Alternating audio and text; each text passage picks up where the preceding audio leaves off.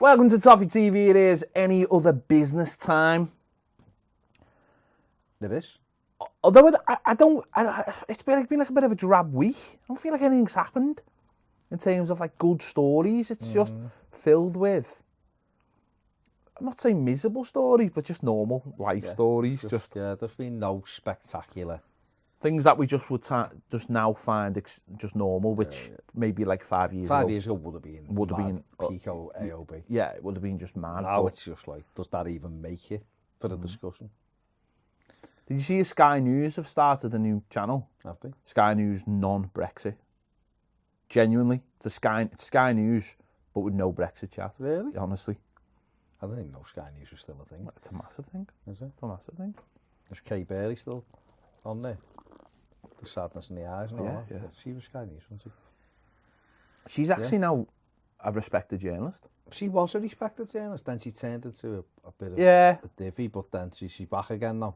She's back. Like the Renegade Master. She's back on the straight and narrow. She's there like Top Gun, isn't she? She is Maverick. It's a weird one, Sky News, because I think a lot of people think it has like connotations with like almost like Fox News, but it's probably better than BBC. When I was back in the day, when I used to watch the news, when I was a news connoisseur. Now, I remember Sky News used to be good for news, but I think it was like the time and it just looped. It's because it's on constantly. 24 hours. It's just a loop. Maybe I think what it is now is they have so much news. Now, obviously, that they've got some like Sky Sports News, like that. That it doesn't need to loop because it's just like, and this thing's happened and that thing's happened. The world has gone pretty much like mental, and the things that we find, we used to find slightly weird, we accept, which is bad. We shouldn't accept them. Like, I mean, like Trump's had about 8 million things this week, and you're just like, it's just another week in Trump, isn't it? To America next year, let it go. No. I'm fine. Different things, yeah. I'm fine. Well, I like this. It's gone past the point though where he shocks now. I just like the things he says. I think they're hilarious. Well, he's almost like it wouldn't surprise me if he like came out of office and just come out and went, "You gang of knobheads, I was taking the piss social experiment for years, and you just went with it." Yeah. I mean, come on. Yeah. Because some of the things he said, like talking about what's going on in Syria, and he said like if Russia are involved, it's sound because there's loads of sand and he can play with the sand. And the Rome one's the best. Rome one's the best. He was basically saying, he met the Italian Prime Minister and saying, our everything. We go back years. We go back to the Roman Empire. It's like, do you? Yeah. First, I mean, has no one told you your country's only like 243 years old or something, or whatever it was? Brilliant. That's the thing with it, isn't I think it is, though. I think what he doesn't understand is, and I'm not getting into Trump, but I think what he doesn't understand, but this will actually just want to move on to another point in a moment. What he doesn't understand is, he thinks he's competing for TV ratings, but he's not competing because there's no jeopardy involved. So there's no one although they are trying to impeach him, which he's basically said, no, you're not impeaching me. I refuse to be impeached. Which is Bojo said that here. Tremendous turn of yeah. I mean, I've lost all kinds of things, but I'm not. Yeah, I mean, I'm closing Parliament for a couple of weeks. Pole dancers, all kinds. No, leave it there. Where it's like, because this, and what I mean by that is like this week there's been this thing with Piers Morgan. Hashtag sack Piers or back Piers. All over the because of his opinions, right? Now, ITV have decided to go down a route with him in as like the shock morning host. Get a certain type of person. Very good at what he does. Well, he is.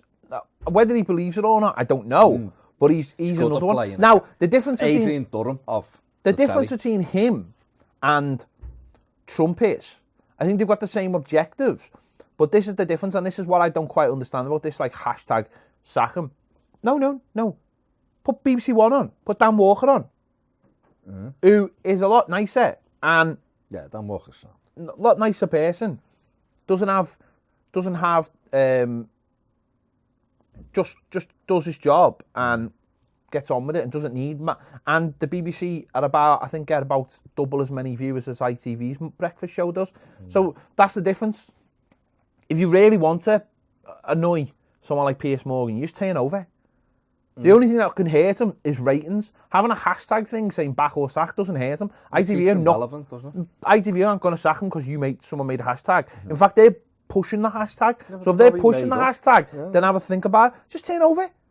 Just turn up. Put Fraser on. Susanna Reid, don't you? She's another tit. She's another tit. She's an enabler. Turn over, put BBC One on, or put Fraser on Channel 4. You know, they start the morning with always great old American comedies. Everyone loves Raymond or Fraser, or, you know, if you can catch Cheers, then do so. But I think that's the problem. Trump thinks he thinks he's in this, and no one's told him that it's not a TV thing. So it's incredible. It's incredible where we are in the world and what we've accepted, and what they don't realise while they're having all these funny little things, or they think they're funny, is in the background the real bad people are sort of just going, just creeping up higher, getting more power, while and then when it dawns on them one day that they need misdirection. It's tremendous work done by these people, but the dark forces. I mean, what do you want? You want them to have big black masks going. Oh, yeah, that's a different thing. Part of the web as well, apparently. Luke, I am your father. All of that. Or some other things. Or a fixation. Bye.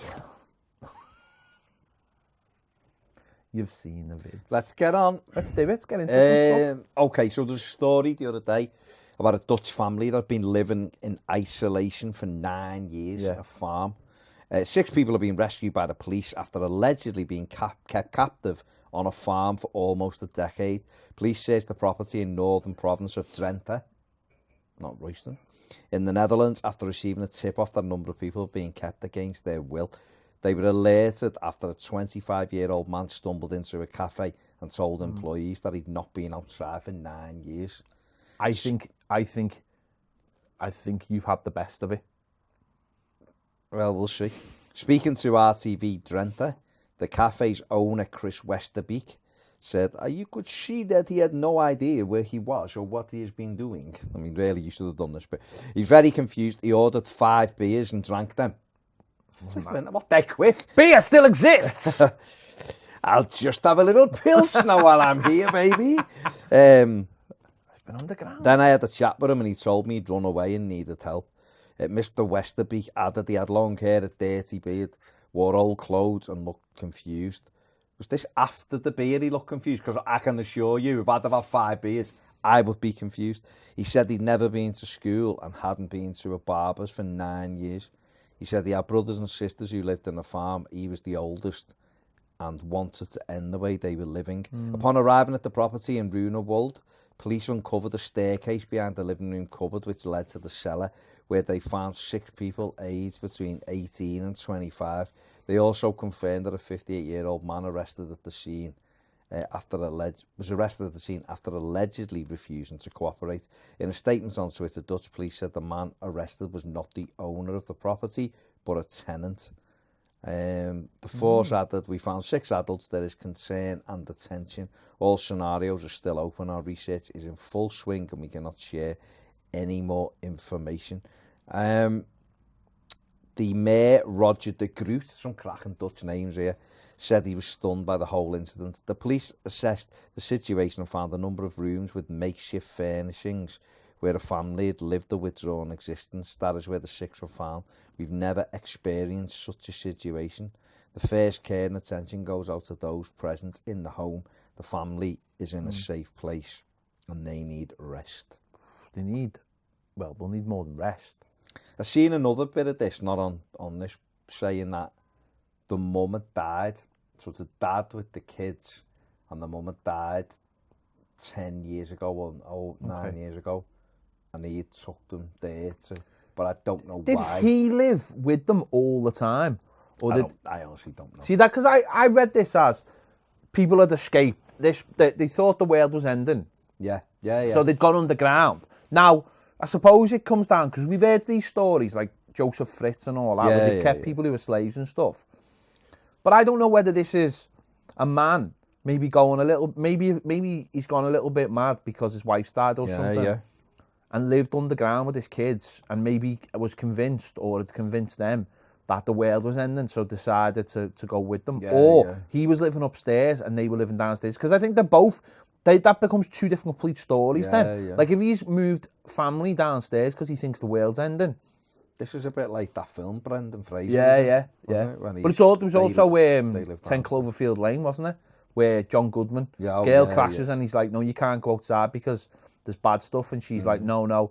And then when she gets outside, she discovers that there has been bad stuff. So it's like, spoiler. So it's like, it depends, I suppose.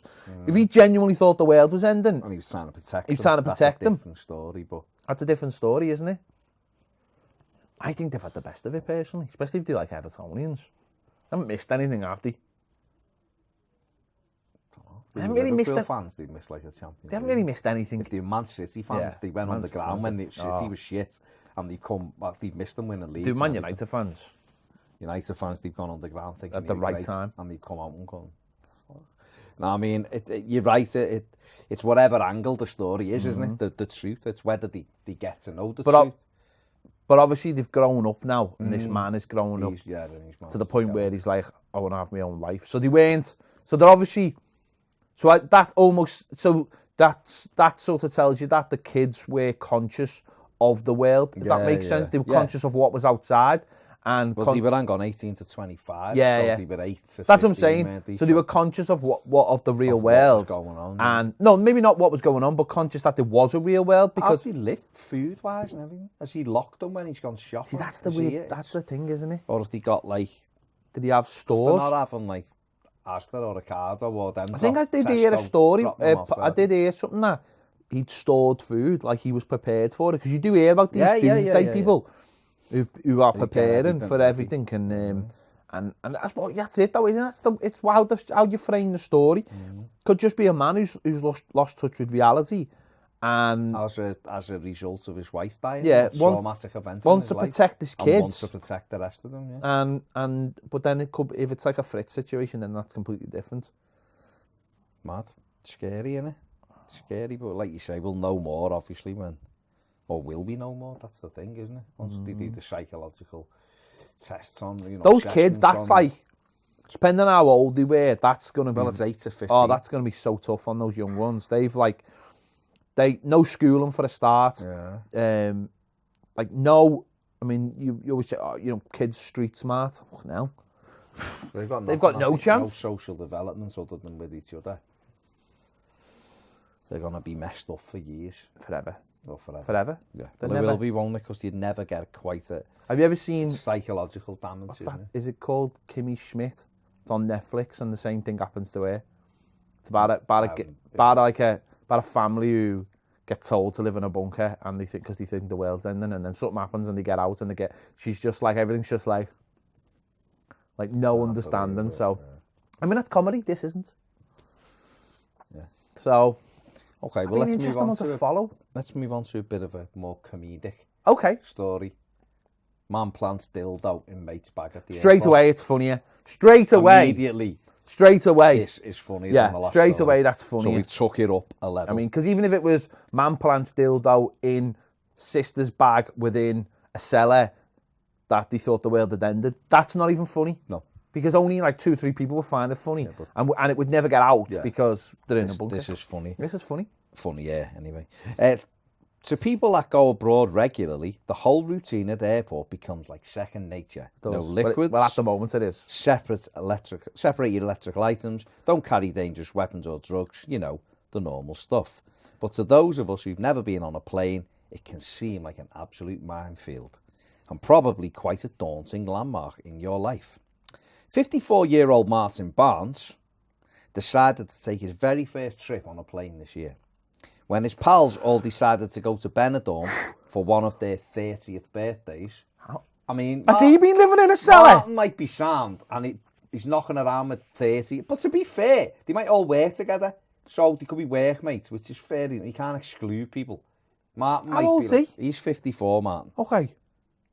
Right. His mate, Ben Ricks, is 31. What's he been doing with his life that this is the first time he's going on a plane? I don't know. I mean, he looks like a normal fella. That's just he does, and he's got a daughter. So there you go.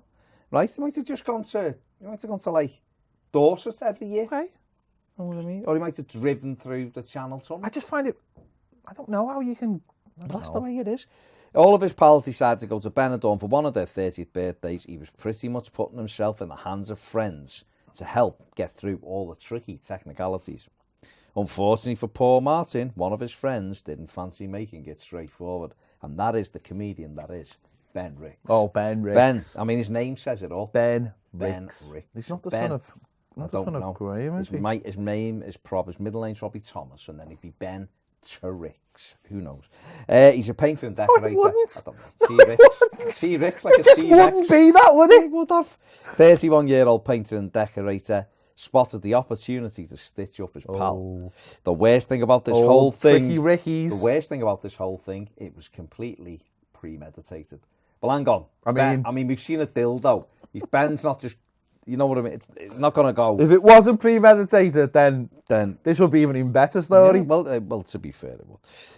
Speaking to this, Ben said, we went out for my brother-in-law's 30th birthday, and it was Martin's first time abroad. So I thought, I'll get him with this prank. Ben's done this before, hasn't he? The prank involved planting a bottle of water in his carry-on bag. Ooh. Wait there. But that wasn't the main thing. That was the distraction. What Ben's done here, he's created a two-plant trick. Okay? That was merely the bait so that the security officer would find a huge dildo that Ben had planted in the bag.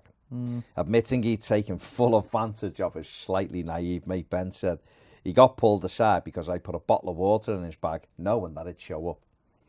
He doesn't know the setup at the airport, and I wanted the woman at the bag check area to pull the dildo out. Why? So was it a trick on the woman or a trick on poor old Martin?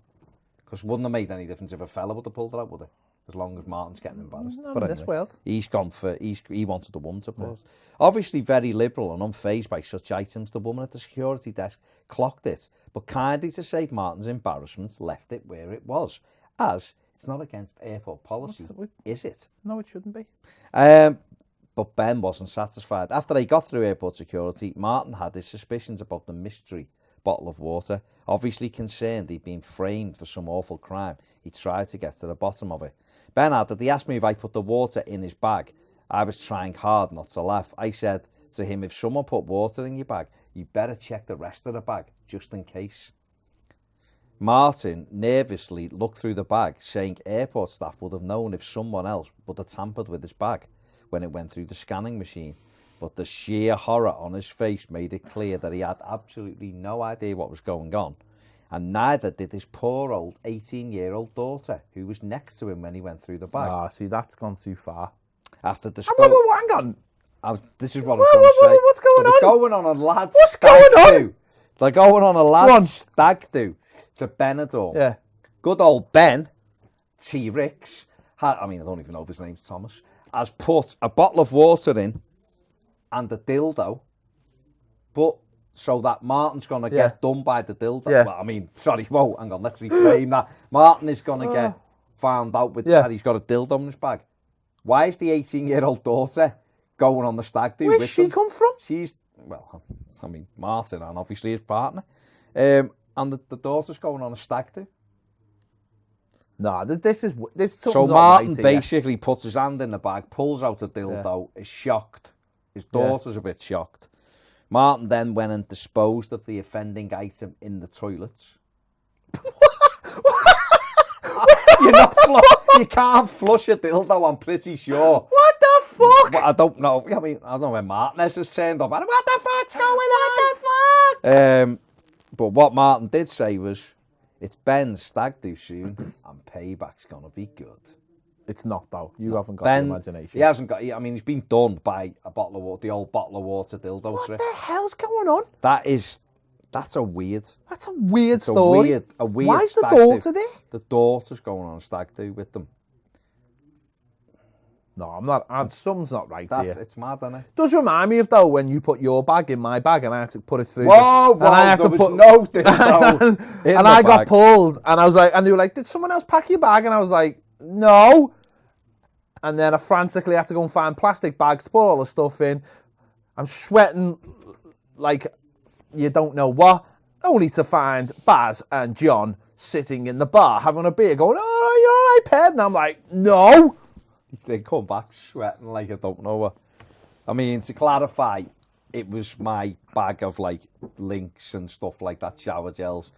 But to be in my defence, we had a bag that we checked in on the way there. Yeah. So that can go in. No one checked in on the way back. But John refused to. Well, he didn't refuse. He just didn't check us a bag in on the way back. So we had to blag the woman at the desk to let us with the tripod. I had to carry a tripod around the airport, by the way. You stayed back. I have to carry a tripod around most of the time. Buy your missus stuff. And say, no, go through. I've got to make a phone. So, this is a good story, but it's a bit depressing as well. Okay, but I suppose it isn't depressing. Is this an add-on? Yeah. Dad with terminal cancer, depression. I mean, Diagnosis claims that CBD oil and dog worming tablets have prolonged his life. Right. I get the CBD, because CBD oil, right, has suddenly become real. I've started noticing. It's advertised on telly. It's not. I seen it. It's not illegal. CBD oil. No, because they take the high out of it. Yeah. So CBD. I always thought. It's good for anxiety. I always thought CBD oil was illegal because I thought it was at first, but then. So has it become recently being made? Yeah, I think because it takes the high out. Yeah, they take the drug out. Bit, so therefore you can get. So I've started seeing it everywhere, and I was like, "Is this a loophole?" It's really good for anxiety, and it's good for everything. Well, apparently.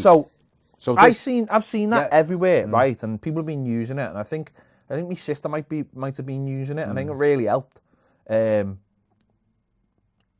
I've heard people before saying, "Oh, people with cancer should use cannabis oil," and I was and then when it's been cut to CBD, and I've heard loads of people talking about it, and so anyway, but so I can understand that, but how do you start using dog worming tablets? I'll tell you. Go on then. A dying dad was given 12 months to live as credited dog worming tablets on toast combined with CBD oil, the key to his survival. Scott Davis was told he had colon cancer last year and was told it was terminal last September. So decided to take matters into his own hand after being offered only palliative care. He began taking dog worming tablets known as fenbendazole with CBD oil, as well as dozens of other vitamins, and now claims to be fitter and healthier than ever. Scott has surpassed doctors' expectations. His cancer stabilised over 6 months, and now he read online that CBD oil works well with fenbendazole. So it's obviously whatever's in it. It's obviously a drug that is good for your colon. It's a side thing of it. It deworms dogs and obviously works because it's like Viagra, isn't it? I knew you were going to give that. Well, Viagra wasn't invented to cure men's issues. Like erectile dysfunction. It wasn't that. It's a heart tablet that they found had a side effect of giving men. Oh, is it? Yeah, it was not invented for that. It was invented for your heart. Nice, okay. It was invented to pump blood round your body faster to solve heart problems. Oh, okay.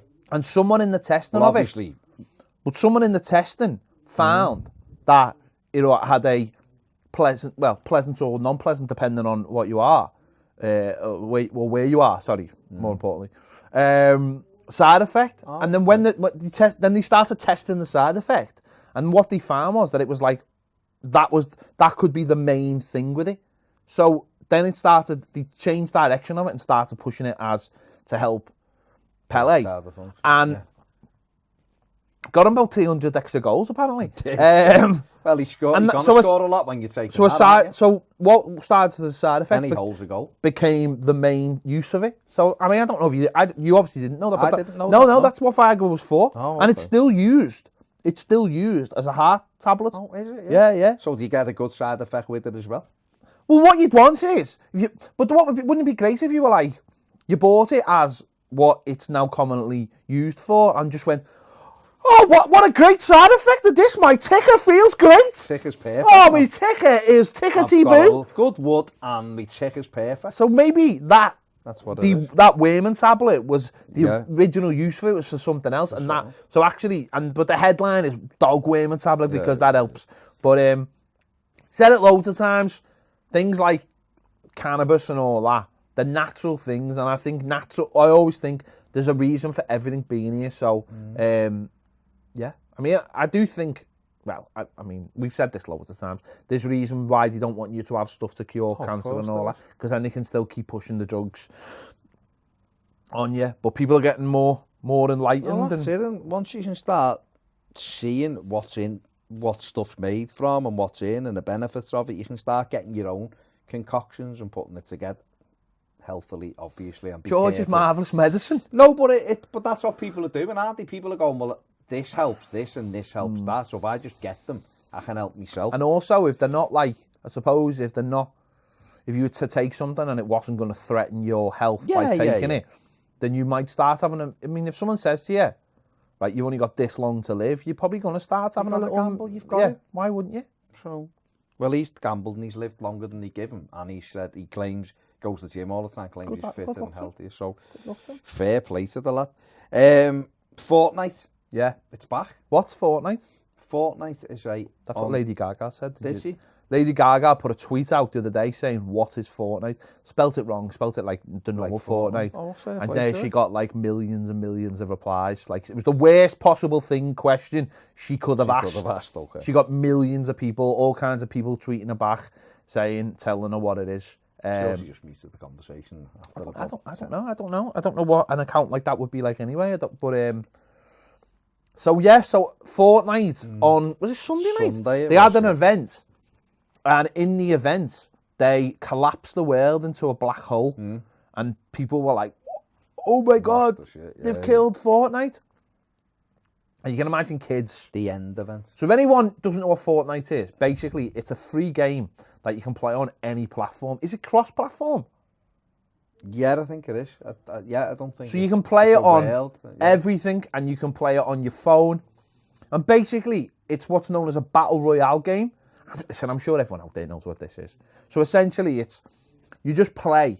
But how it makes its money is people buy add-ons. Yeah. So it's like, let's say, it's like a big game of tick, but you're shooting each other. Or a big game of Manhunt, if you know what Manhunt is from back in the day. It's last man standing, and you've got to shoot each other, but you also have to build stuff, and you can buy stuff. And kids, it's not just about buying guns. Kids buy dancers and everything, as I'm sure you found out from Zach and your credit card bill. They buy dancers, they buy suits, they buy all kinds. There's been loads of tie-ins with it, whether it be Avengers or Batman or all kinds. Yeah, they're always like refreshing stuff in it. Anyway, this week they blew it up into this black hole, which most people realised that they were going to make another one, like, you know, Fortnite 2. But like I imagine for kids it would have been very, very stressful waiting for this game that they probably play all the time. And so there was like a mini game, you know, you could do. You could do a thing on the black hole and create a little mini game on the screen, because people were just watching this black hole. Zach had that on the thing, and he was like, look, and I was going, this is on Sunday, and I'm like, what?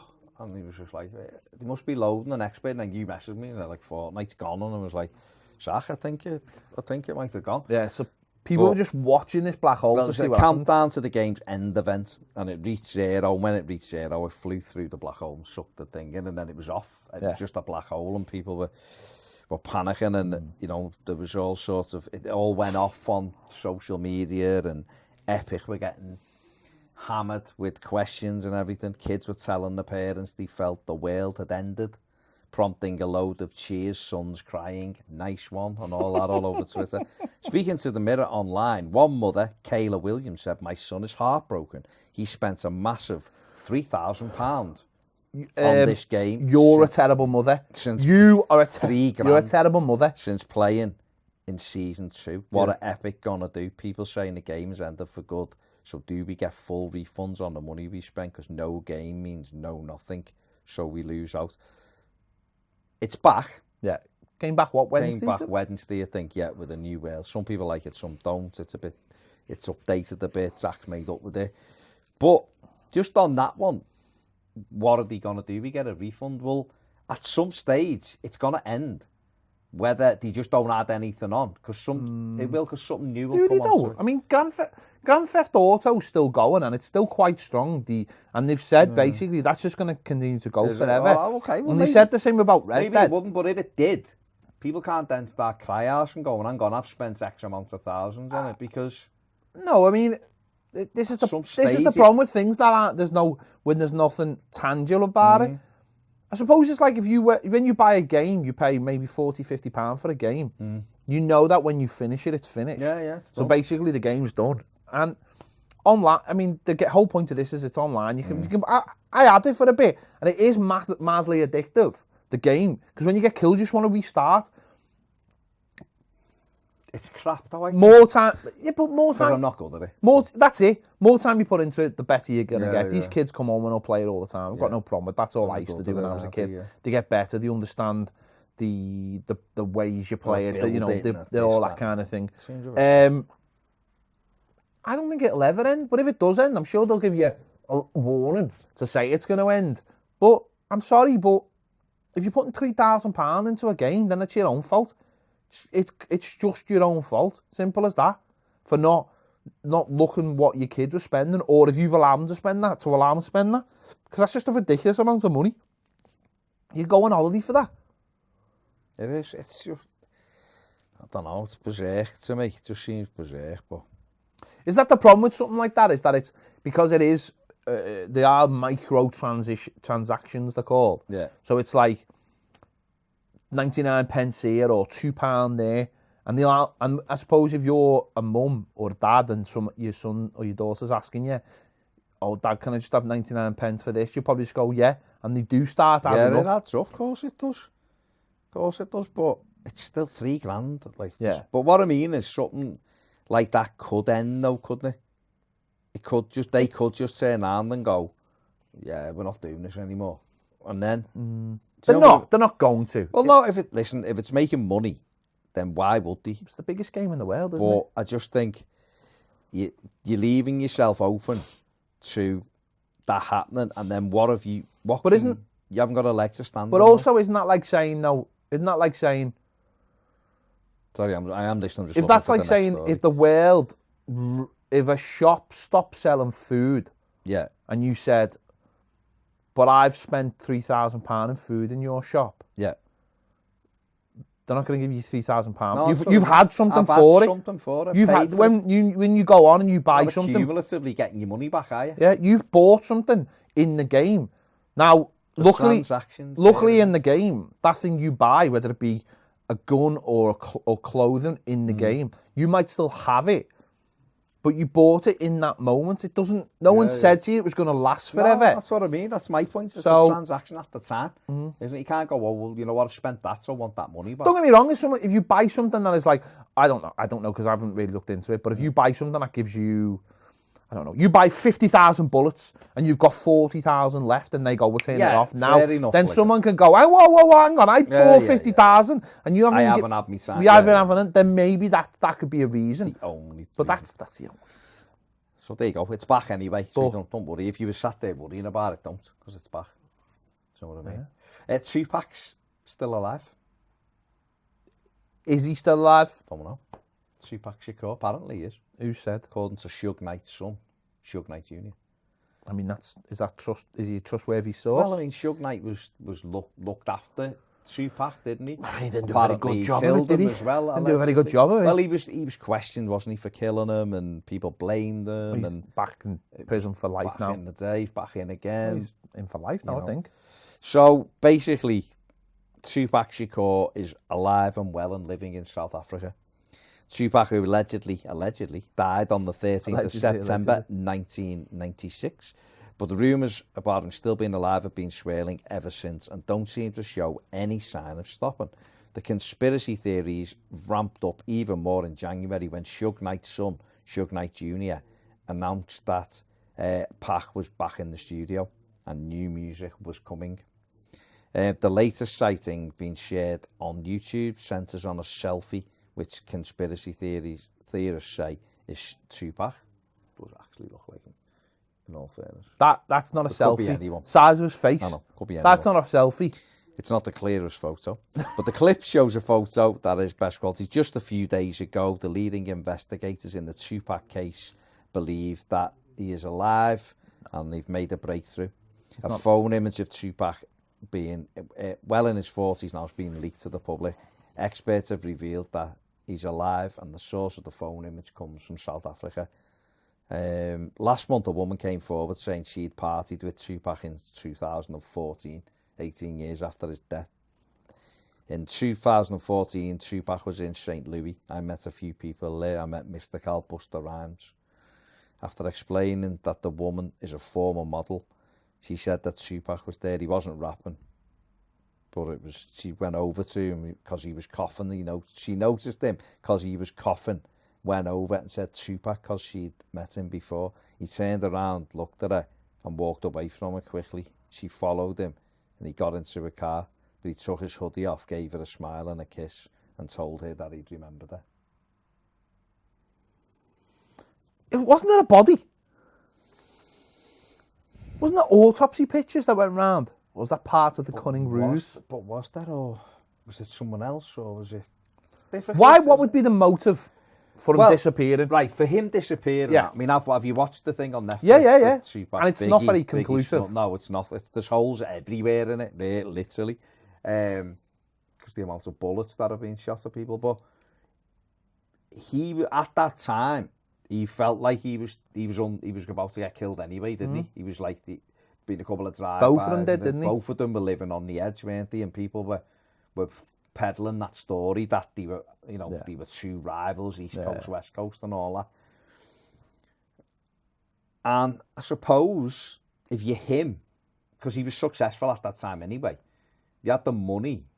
I suppose he could, if he felt like he was about to be killed and was that concerned, because it's all very well fronting it up and going around, but if you think think someone's going to kill you, you literally are going to get killed, then. And what's the best way to stop that is to fake your own death, I suppose. Or not even fake your own death, but kill someone who looks like you and try to pass it. I don't know, obviously, but what I'm saying is that would be the motive if he felt the threat was real, wouldn't it? To try to... Oh, yeah, I get all that. Then you could go and live somewhere. And he was always going to make money because royalties. But I would have thought that. And I'm a conspiracy theorist person, yeah. But I would have thought that by now someone would have traced the royalties if they thought he was dead. That's the so that's the first thing you do. Depends where it goes, though, doesn't it? I mean, that's it. It could go into any bank account and private bank account, I suppose. So it's interesting, isn't it? It's interesting that these things. Did this for Elvis for years, though. Don't people want to believe that their heroes aren't dead? Oh, of course. And therefore will always come up with conspiracy theories and what might happen. But I think other people, though, are happy to... Well, yeah, but don't forget, someone like Suge Knight, Suge Knight's son. I mean, Suge Knight's the reason why basically both of them died, one way or another. He was heavily involved. Well, but he's also the person who sort of didn't mind. He started the West Coast, East Coast trouble, and was happy for it because it meant good sales. Yeah, of course, yeah. So, but also because of his family, because I'm not sure who owns the rights to the Tupac music now, but if his family still get money from that, it's in the interest of Suge Knight or Suge Knight's family for his music to sell more. Yeah. Because they'll make more money. Simple as that. And that's the whole thing of peddling the story as well, isn't it? That you're keeping the mystique going. Is he still alive? Yeah. Is he dead? Is this happened? Is that happened? It's interesting, isn't it? It is interesting with conspiracies because I guess you do want to believe them because it's that we've talked about it on here before. There's not a lot of mysteries left, really. Mysteries are often debunked very quickly in certain things, but stuff like this, you can go, it probably wouldn't. I mean, we've both watched a lot of stuff that you can see now how easy it is to kind of do, fake certain things, or people are on the tape. Who's to say that whoever's allegedly got the body and done the autopsy wasn't given the of course. And they just go, yeah, there's his DNA, which could be anything, prick your finger. Yeah, it's Tupac Shakur's being thingy. He's dead, blah, blah, blah. You don't, if you, put it this way, if you wanted to disappear, you wouldn't want there to be a conspiracy. You don't want people having hope that you're still alive, because that means that you want it to be the end of it. People will be looking at you. So if you were going to do it right, you would have pictures. Who's to say that you couldn't? Who's to say that Tupac Shakur or anybody who made or Tupac Insecure? Who's to say anyone who wanted to fake their own death and had enough money wouldn't go to a morgue, lie on the thing, get them to get the makeup so that you look dead. Deep pictures and go, there he is on the side. And go, look, there he is. And then you release them to TMZ. Anyone, yeah. And we watched that programme last week, didn't we? Watch that the programme, what was it called? The Capture. The Capture, where at the end they were like, the woman was, I don't want to ruin it, but the woman at the end said, we might just leak some of this, and the fella was like, no, don't do that, because you're gonna like ruin the whole thing. And she was like, no, we won't. But it also means that we can debunk it. But also, it also gives us an out if we need an out. So we've got both ways then. Yeah. Whereas if you leave it and don't tell anyone, then it will always be a conspiracy, and the conspiracy will be allowed to grow. So we need to use it both ways. And that's true. You know, they always said about like Area 57. They always say about Area 57 and Roswell and all that. Isn't it Area 51? Yeah, it is, but I've just invented it. I was going to say, I was looked at it because I was thinking, Area 57 is Area where 57. That's where the real shit happens. So Roswell, they said, yeah. That's where he went. That's said when he moved to the city. They said Roswell was because they said it was aliens because actually they didn't want anyone knowing that they were actually testing these like stealth bombers and all that. Yeah. So saying it was aliens was much better. Because you can go with aliens, behave yourself. Oh, but is it? You know, there's that. It always leaves that plot. But they've now kind of confirmed that there is aliens, haven't they? Sightings and for what benefit though? Well, they've had to because airline. Well, they have.